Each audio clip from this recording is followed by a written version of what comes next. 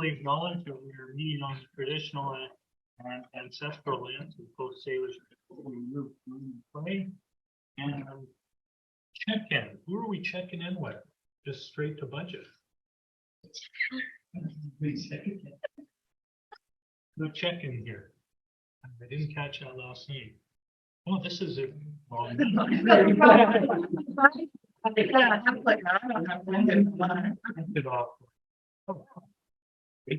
That's okay. I just need to talk. You just go there. Okay, thank you. So, adoption of the agenda, please. Moved and seconded by Trustee Schmidt, Trustee Lise. Okay, business operations, Jason. Thank you. I am intending to put my presentation on screen. We're just having a slight technological issue. I'm happy to proceed if everybody has it in front of them.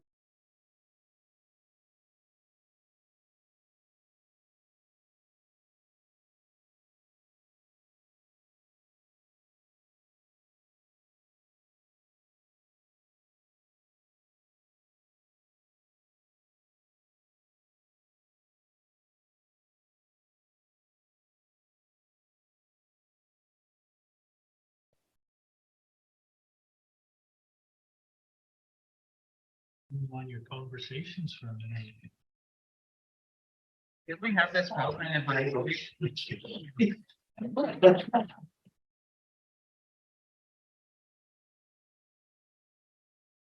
I'm feeling quite well today. How about you, Kathy? we built a water slide out of cardboard for my granddaughter today, filmed it and shared it with the world.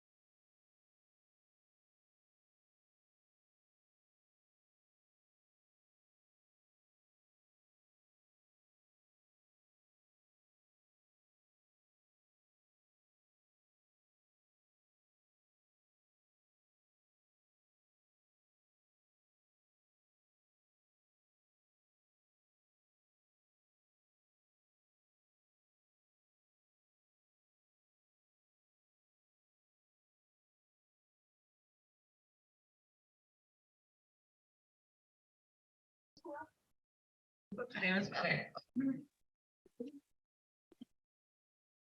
you. We do have one audience member, Mike Greensley, will be happy that now he can. Oh, well. Mike. Hi, Mike. You can hear us still, right? Oh, yes.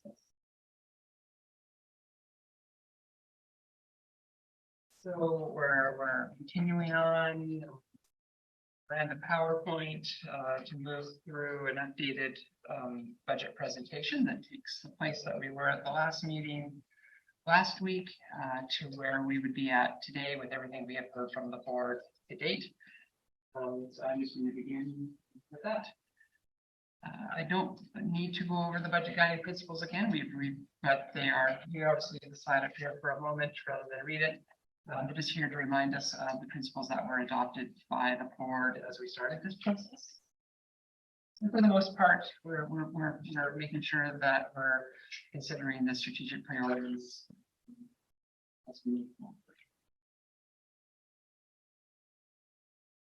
I got this slide in because it is our story. We're talking about inflation this year, and I think I'll just leave this in to the end. And so today the board has been very, very busy, and I'm going to go through the timelines of everything the board has done so far. But you have established your budget guiding principles, you've issued your survey, you've held meetings with the rights holders and DSAC, CBTF, USW, QB, PVPA, and DPAC. There was a public feedback meeting. And the advisory committee has now been met with twice, first on budget assumptions and most recently 2 days ago on some options. And continuing to host board education business committee meetings and receive information on the board. Specifically, we started in January. January 24th at the regular BEBC meeting, the budget guiding principles kind of kicked us off into this year's budget cycle.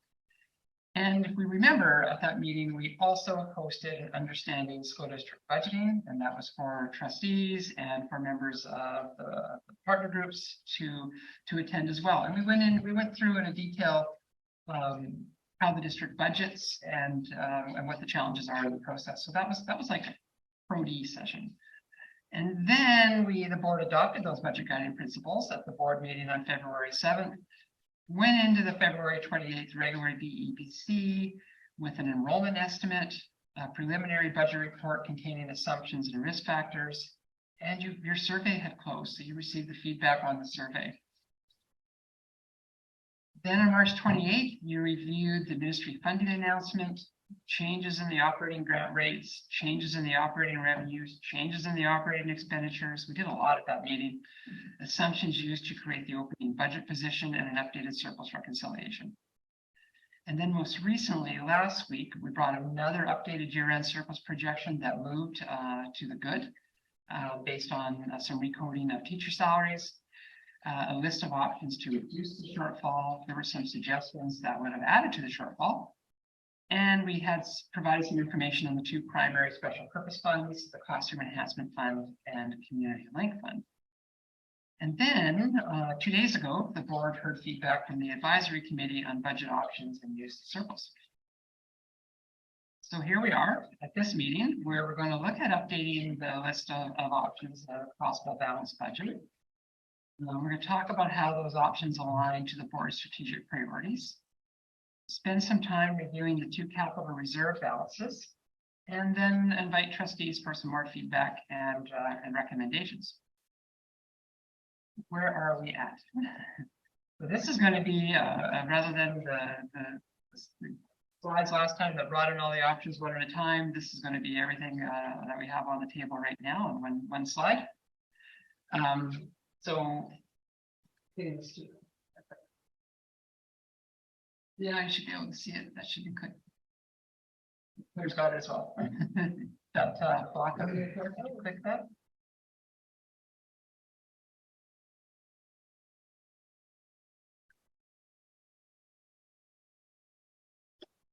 There we go. So I have started it. When we began, we were looking at an opening shortfall of 2.881834. It's because our revenues were less than our expenditures. And there's the totals that we had for revenues and expenditures. And then at the last meeting, we talked about what it would look like to bring in $2 million worth of surplus and $50,000 in interest revenue. And we started to look at some of the expenditure adjustments that could be made, reducing the DL supply budget, transferring some of the community link food program to feeding futures, and then moving some operating expenditures in. And we talked specifically about early learning and some youth program worker positions. And then on the floor at the meeting, it was suggested by a member of the table that mental health supports could be potentially increased. And so I would align that with the strategic priority of culture of care. And what I've done is I've showed that would require an additional draw of 30,000 on surplus. So that's why you see that number there. 30,000 in surplus, 30,000 in expenditures, and then $40,000 was suggested to increase the existing amount of 40,000 that was extra and over and above. And on the sheet you have in front of you, you kind of got the follow along as well, and the big sheet, and you can see that information on those options.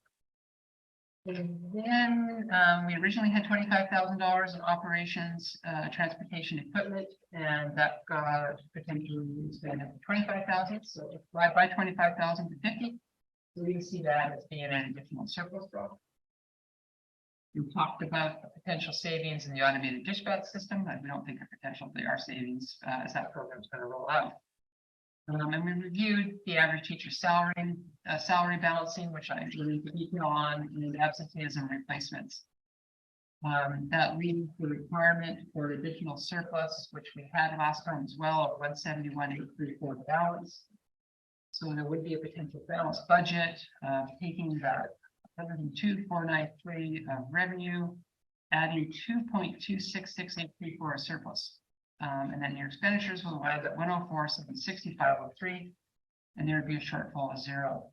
What's missing so far in these totals is the before and after school care program, but they are net neutral.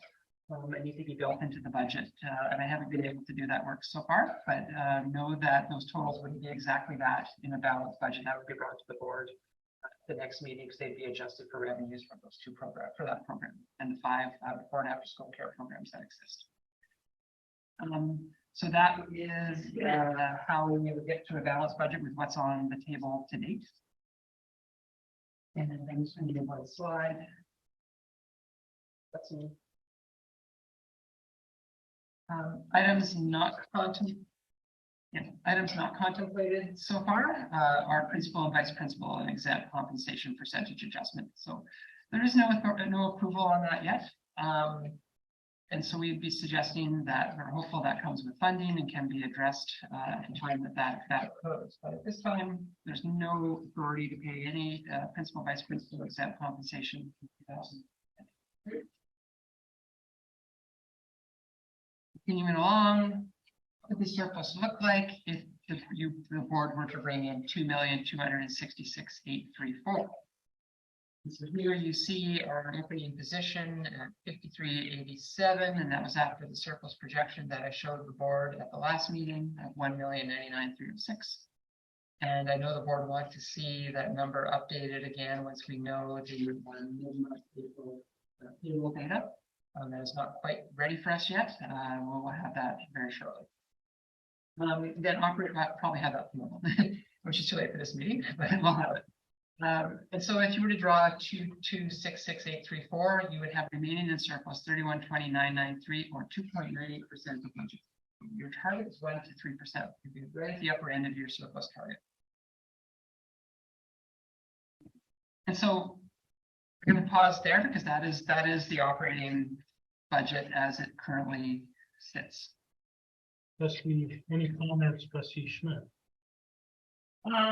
Through the chair and secretary treasurer, is this a good time for any more additions?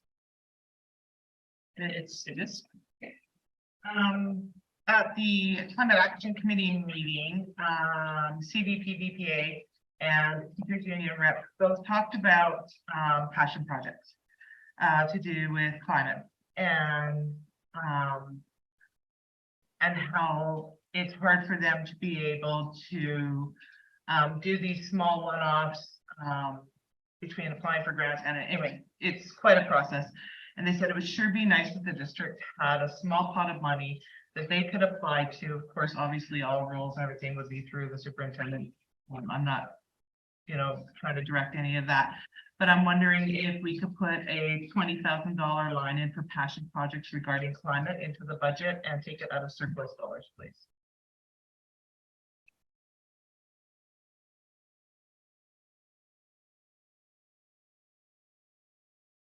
So noted. So if that was to occur, the board would be drawing 2,286,834 from your surplus.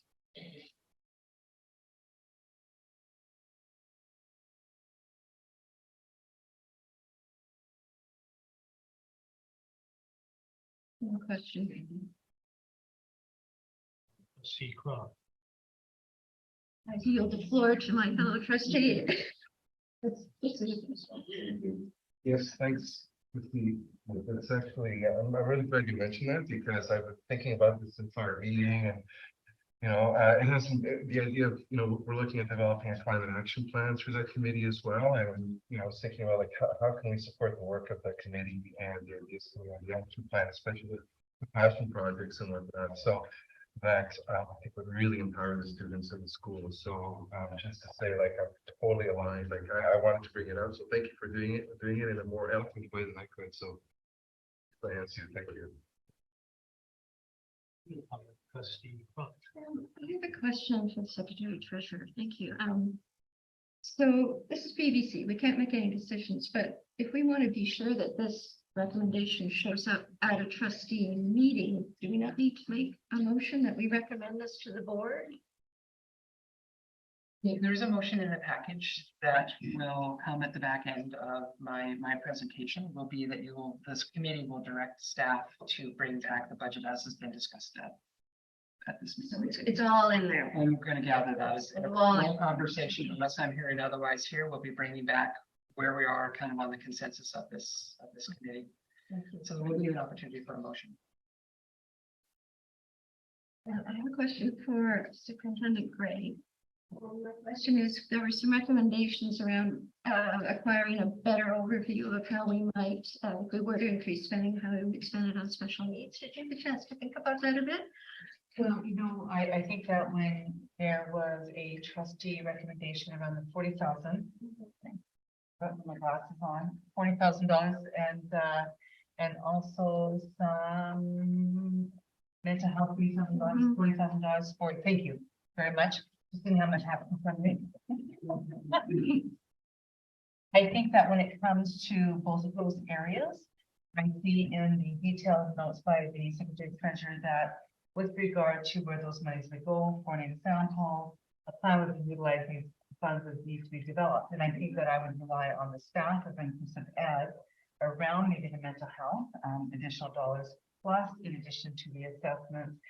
If the board wanted to make it more open rather than maybe so specific to assessment, it could be in support of diverse learners or neurodiverse learners in terms of how to spend that additional allocation. Right now, it's very specific to assessments, but I mean, I think that if there was an opportunity to make it more holistic in the sense of $70,000 going toward inclusive education, then the staff could actually design a plan that might be focused on mental health, but could also focus on assessments, it could also focus on something else.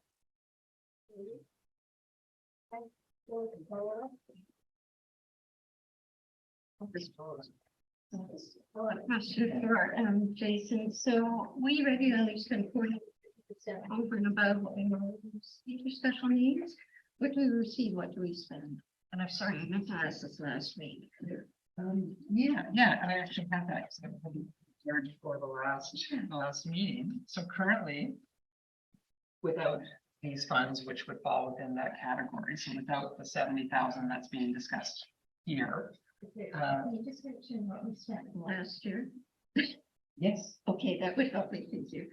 Well, Okay, go ahead. I'm gonna go into what we're budgeting this year. Right now, this year, the funding is being projected at $12,558,460. Our budget in inclusive ed is currently $18,523,282. So that's a difference of $5,967,822 or 148%. So 48% is the number that we are currently budgeting to spend more than the funding. In the absence of the 70,000, which won't materially change that a lot. Right. So this was a handout you should have from your last meeting. Apologies. Yeah, which just you made. Yeah, should be a fun topic. Trustee Lezak.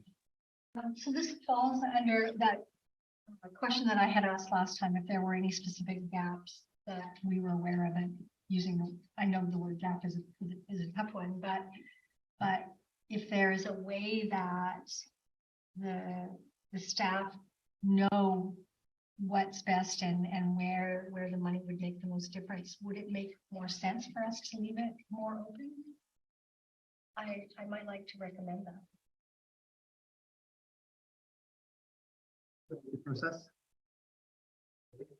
Process wise, the budget gets debated at the main table. These are recommendations that individual trustees put forward. Right. So other trustees can correct what we're doing. Process wise, that happens at the main table when we get there. And if that's the wish of the board, then I can make that change to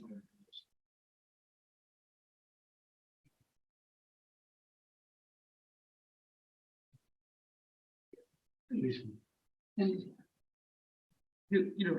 when we get to actually compiling the budget document, we will see $70,000 built into it for if this moves forward. But it's not going to be in the actual document that's filed to the Ministry of Education that there's $40,000 for assessments or $30,000 for mental health. It's going to be that we've added $70,000 into inclusive education. So you do have an opportunity to kind of tweak that as we go on.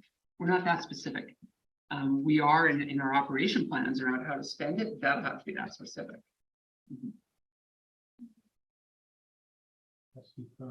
I think it's lovely that we're thinking of putting in 70,000 over and above what we put in last year.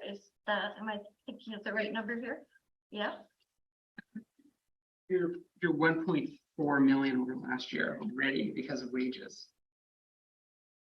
So what is it? $70,000. I just said $7,000 over and above last year. So you're saying we're spending 1.4 million over and above last year? Yes. But we're receiving most of that from the ministry? Okay, I'm working on a thought around surplus here. Thank you for settling that for me. So we're looking at 70,000.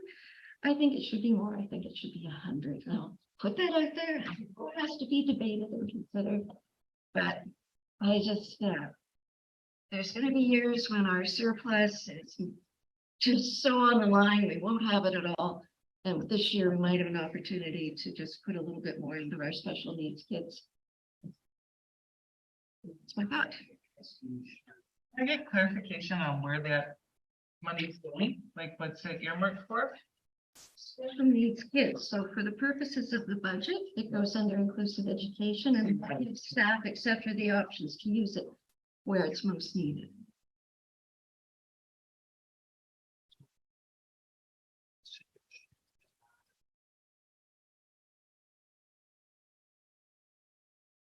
Be another $30,000. $30,000 to that fund. Trustee Sam, you know, any comments on that? Well, I just think we're going to be asking for some consensus at the end of this meeting. So I would hope that trustees will have good conversation about that item, just as they did about the 20,000 for climate action. So I just leave that to the table that we will put out based on we really have done today. No. So that 70,000 is added to the 40,000 that I brought forward with already existing 40,000 that was there from the last year's board that had rolled over. Am I accurate on that? Sorry, through the chair to the secretary treasurer. I'm trying to get clear because I know that we put in for assessments was $40,000, which could be for anything, and that was $40,000 on top of the $40,000 that the board last year had put through to this year, so that increases to 80,000. And then Trustee Croft is now increasing it by another 70,000. No. 30. Okay, so 110,000. So Not 100. the discussion that was at the table brought forward by Trustee Smith the last meeting was first to take mental health supports from 70 to 100. That was an additional draw of 30,000 on surplus. Then the next part of that was $40,000 for assessments to take it from 40 to 80. So there's 70 there. And what I believe by following Trustee Croft is suggesting is that an additional 30 on top of that 70 be considered to be drawn from the surplus and be more generally applied to inclusive education. Thank you. Any other comments, Trustee Souza?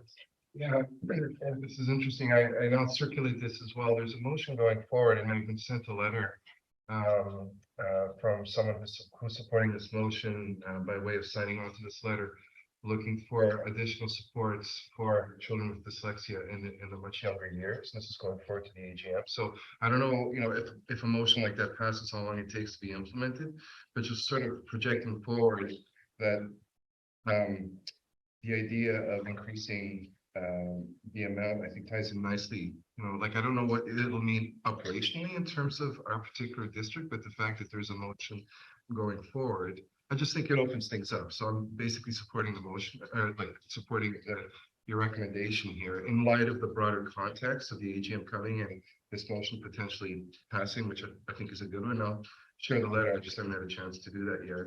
I'm planning to support the motion, but I'll send it around. So, just a side comment on this, I think it relates.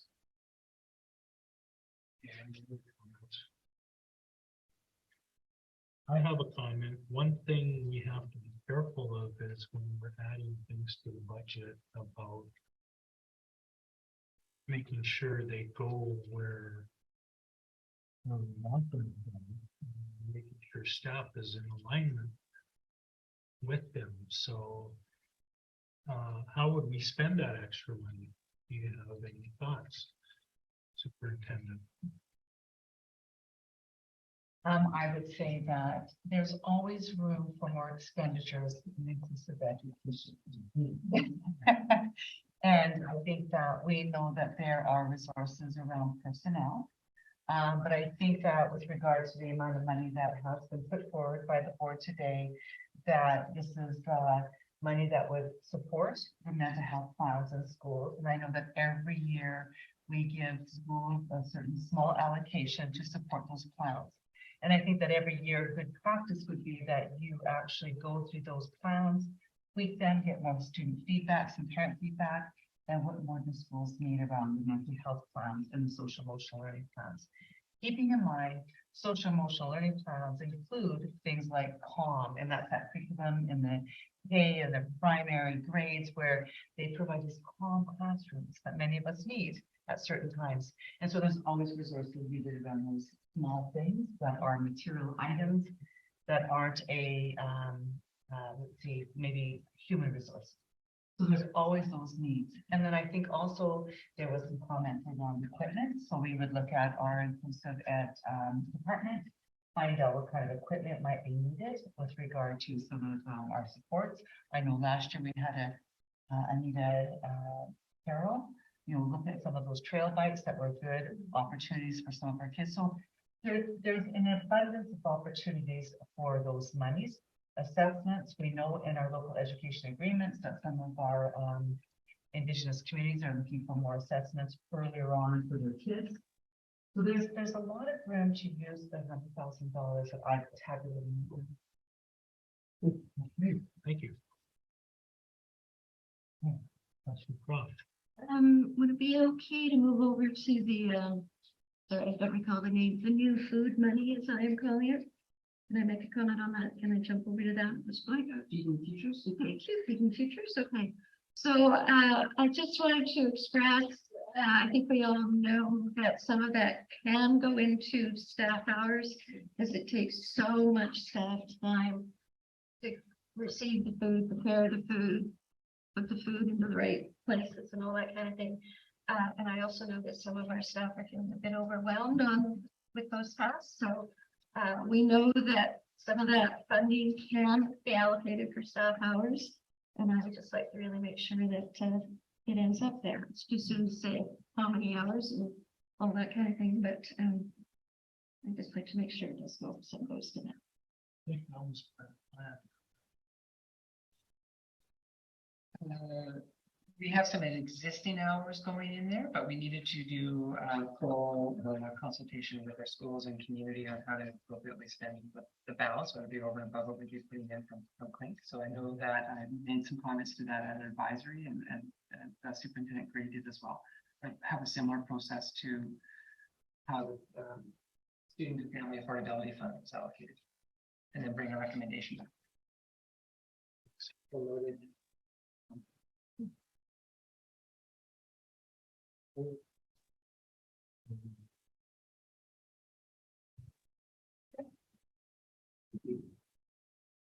I wanted to talk a little bit about our capital balances as well, although these don't directly get budgeted for the same way as operating. I wanted to show you where we're seeing some balances.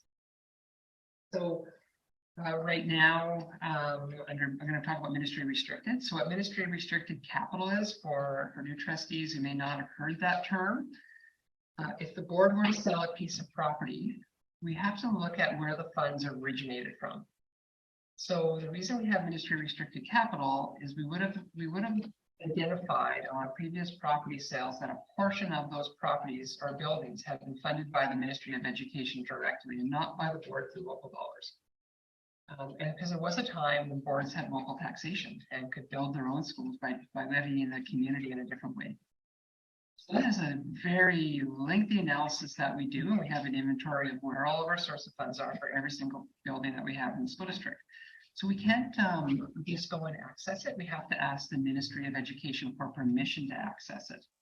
So it's capital dollars that sit in our bank account. You can see they're generating a lot of interest. $106,000 is projected for next year. And that then takes, we have one commitment on that has been approved. So when the board contributes 2.2 million as the original contribution to the Cowichan Secondary Replacement School, I should change that now to QSS. That would be $800,000, and that was going to be the ministry restricted capital funds. So we've had conversations with them trying to drive that number up because we would rather use those dollars, but that's where it sits. So that means that after that happens, Cowichan Secondary is completed. The board has $1.7 million, $1.8 million that we can go back and continue to ask the ministry for permission to utilize for future things. Like that could be for property purchase or other capital. And usually the ministry wants some of that contributed. If they're going to award a new capital project, they're going to look at what the board has in their bank account before they go and give more money. That can't go toward, can that go towards minor capital or only major capital? Major, very major. And then the next fund, there will be times when that property that we sold has two particular sources of funding. Again, it might have been the board through local taxation having built it, and a combination of the Ministry of Education or just all built by the board. And so that balance, started this year at $2.5 million, and that's what we currently have in the bank. We're projecting $108,000 in interest over the next year. One commitment's been made already through the board's previous commitment on a custodial equipment replacement plan. And then we have those Francis Kelsey portables that we've made a decision on this year, 636. You can see that's coming down. Now we're at 1.9. And then we have our commitment to the Cowichan Secondary Replacement Project, and that's only payable at the end of the project. And in the event that the contingency is already spent. And same as the scope ladder. We're hoping that the scope ladder will eventually come out of the contingency on the project, but after all that, we're getting close. By the time we open the school, we should have about $85,000 in that account, pending any other future property sales. So, and the board are in the process on a number of properties that we've talked about, looking at Coxsala, looking at Somenos, looking at Duncan Primary. Those are all active processes that we can't really talk about so much in an open meeting, but we publicly have been out to consultation on them publicly. And then there'll be the Cowichan Secondary School eventually that the board will need to make the decision on closing and disposing of. So there's a lot of money sitting in property that will eventually replenish those accounts. I want to highlight that, even though it's not directly identified in the budget, you should be aware of what's happening because some of the decisions that you do make around budget come out of these funds. So that's where you're at. Thank you. Sorry, what's a scope ladder? Sure. When the Cowichan when we were reviewing all of the bids for Cowichan Secondary School and picking our builder, they were submitting bids based on the functional requirements that we had submitted, but they also gave us an extra shopping list. So basically, we're complying with this school, but if you want these things, you can buy them in addition. So what that meant is the board had the ability to upgrade the audio systems in all the classrooms. So if there were teachers that maybe had voice issues or students with hearing challenges, that would be better amplified. So that was upgraded, thinking that was a really good long-term investment. And then the ability to move those doors between those classrooms. That was also purchased.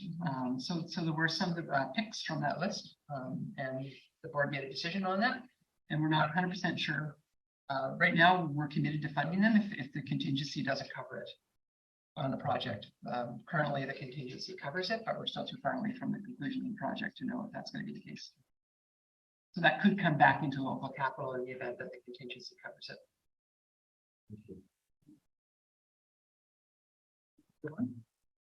So here's where we're gonna be bringing forward our Director of Operations, Richard Dybel. So at the last meeting, it was suggested that we have a 3-year maintenance and transportation department combined capital replacement project or equipment replacement project. So the operations department has thought this through, and it may be different than what the board were envisioning. So I'm asking the Director of Operations to come forward and talk about the priorities here that were part of this plan. I understand here. Really want Okay, so as Jason mentioned, we had an opportunity to really analyze how 50K could be put to use over a 3-year period, 50,000 each year. We sat down with transportation operations and kind of compiled a list. Really great suggestions came forward, and we recognized that actually transportation had some really fantastic future focus type items, system type items that they wanted to present. So we've got $30,000 a year spanning over 3 years, because realistically it may extend beyond that.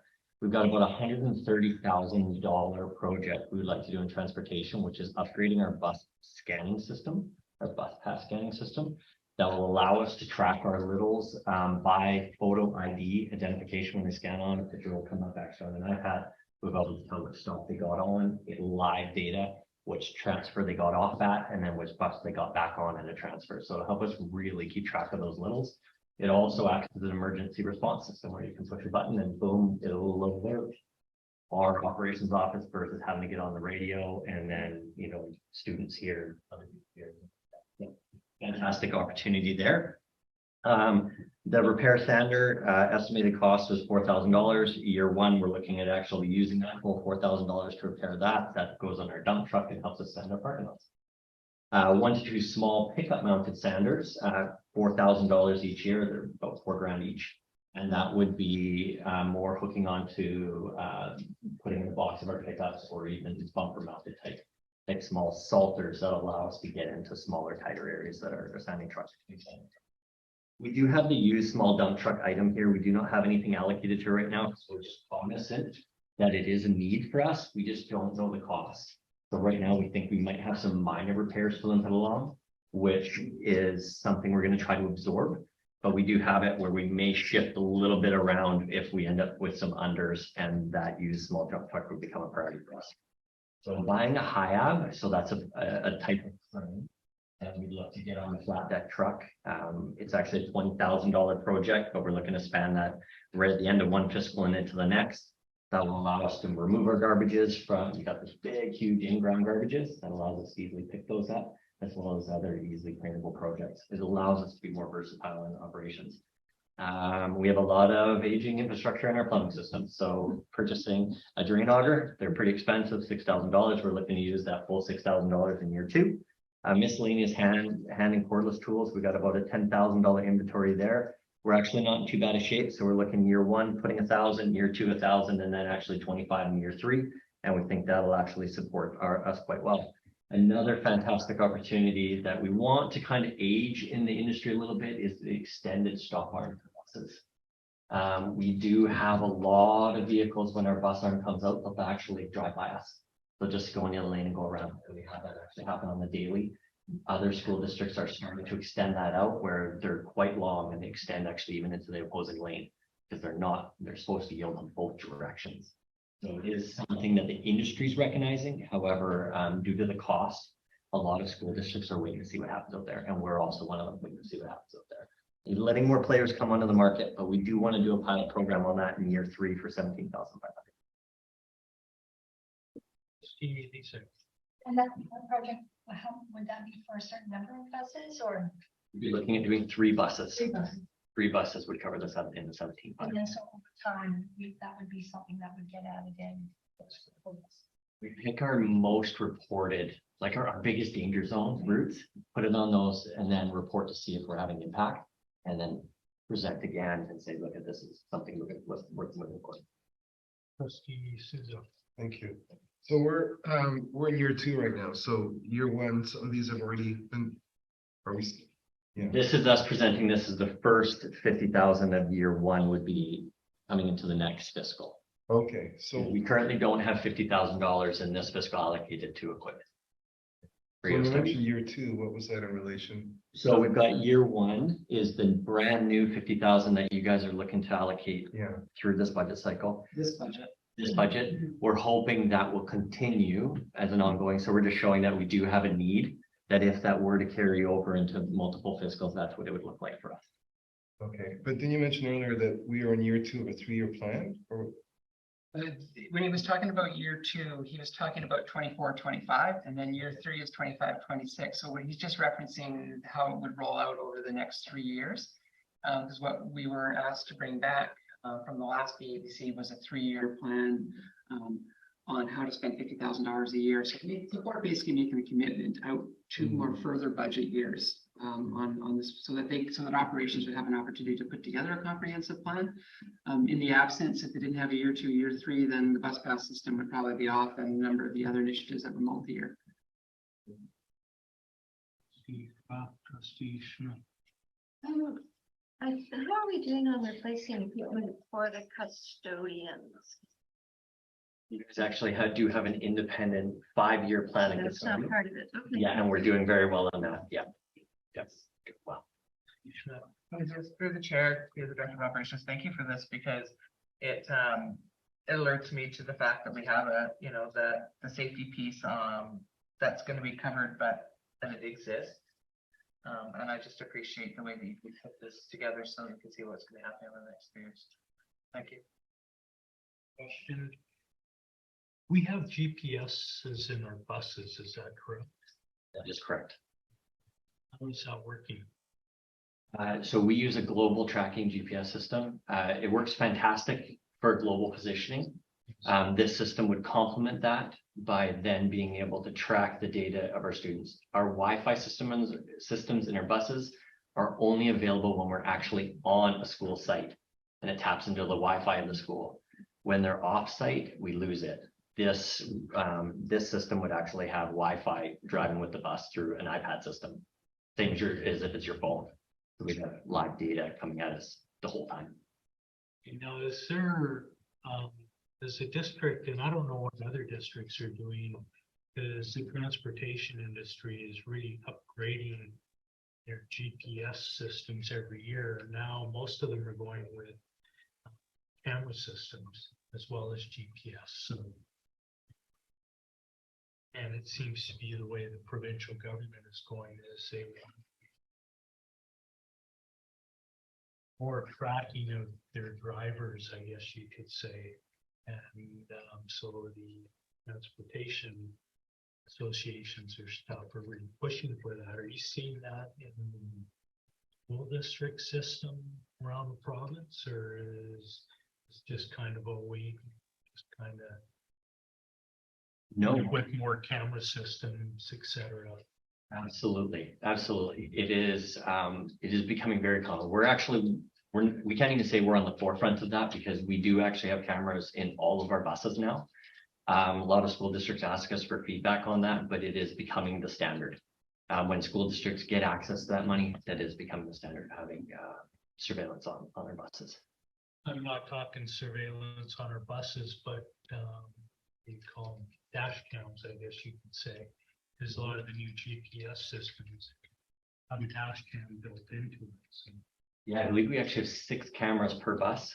They go forwards, backwards, and side. So that's actually how we're able to track how many extra people go around our buses, is actually through video Do surveillance. you guys ever think about putting that out on Instagram or YouTube and say, hey, look what people are doing? Or Not necessarily from us. And we don't really publicize that, but we do work closely with the RCMP. yes. So if we do witness violations, we do. The addition of those bus cameras came through the need to have very good video evidence when we were tracking the spread of COVID on school buses, who was sitting beside whom and who got on the bus in the line beside somebody. And so it came through some provincial funding that came through COVID dollars that we took advantage of it, and we're actually able to get something that had a legacy effect by having these cameras on buses. Your trusty Croft. Dr. Daigle, how do we secure all that live data as to what kids are where? I do leave that to Glenn Posey, the Master of Information Technology. All that stuff is put on firewall servers and it comes in and then it's all handled through their department. So anytime that we need to access it, we actually typically put in a request through IT, building access to that data. That was your looking for.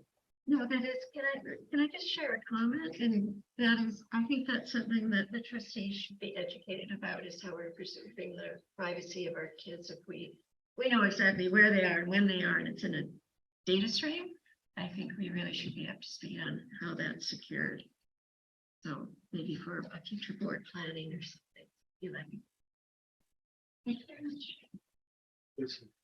So the new freedom of information requirements, which are just in effect, I think as of February, require that any new software program that we use has to have a privacy assessment, a thorough privacy assessment. So we're just working through those processes with our tech department on how to best accomplish those. So I know that that'll have to happen before we can do this. Which is, where's the data stored? Who has access to it? It's like a whole big checklist. Yes. I didn't mean to throw any doubt into the game. I just like, we are sort of the ultimate ones who hold responsibility. So we sounds like things are cooking great. So. So, back to Director Dibble. So is the idea, like with the cranes, the idea would be to buy a second crane in year 2? So there's 11,000 for in year 1 for one crane. What's the 9,000? No, the estimated cost is about $20,000. So we were trying to leverage 2 fiscals. So basically we'd work with an organization to acquire that piece of equipment. We'd pay for $11,000 of it by June 30th. Then July 1st, they'd invoice us for the second part of that project. And then we would have the complete install. Okay, thank you. Move on. Well, we've been doing this throughout the presentation, but I'll just pause to see if there's more comments from trustees or questions before moving on to the next slide. Questions? Just a comment in regards to knowing where your children are. I was a parent of a kindergarten child who, this is a few years back, got on a bus on a day she wasn't supposed to, went to daycare that was closed on that day, and nobody was there, and got left in the front yard of a daycare that was closed. And it was only through driving around in a panic, because we didn't have cell phones in the same way, that we actually found our 5-year-old. But so I get knowing where the littles are, because they do that. They get on the bus on the wrong day, or the substitute teacher doesn't necessarily know it's not busing, or so I think it would be a huge asset to the district to know who got on and who got off. Technology. Wow. Am I right that we already do have that? We're looking at upgrading. Don't we already know where the kids are? Don't they swipe on, swipe off? So we know they swiped on, we know they swiped off. They did. We do and we don't. The consistency among children, unfortunately, we can't leave children at school. We always support them. So the amount of students that actually do carry their bus passes is limited. So we do try to track as best as we possibly can. Okay. But there's also students will share passes. And so we do have unauthorized students getting on buses. Superintendent, Thank you. I just also want to respond a little bit to that. We do have a comprehensive bus system. As we all recall, we actually transport over 50% of our kids across the school district. We are geographically diverse. And also we do transport children to various locations. And so it's not as simple as home to school. Sometimes there are places, little depots where children get on and off. And so therefore, I think that's what Director Dybel is suggesting, is that during those on and off, and Trustee Elise may comment too, I'm sure that was many years ago.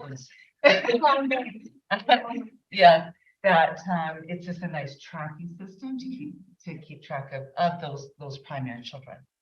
And we're not far off that. Sometimes all of our teachers might be a TTOC, so they wouldn't know exactly where they go, but just want to remind the board that it's a comprehensive system. Trustee Strachan. Say the bus my son takes, he won't let him on unless he has his pass. Period. I don't know if they're very efficient, but he takes 2 routes as well, so they're really great at what they do. Trustee Schmidt. So I see the next page that we have a recommendation. Sorry, Sean, I get us back on track.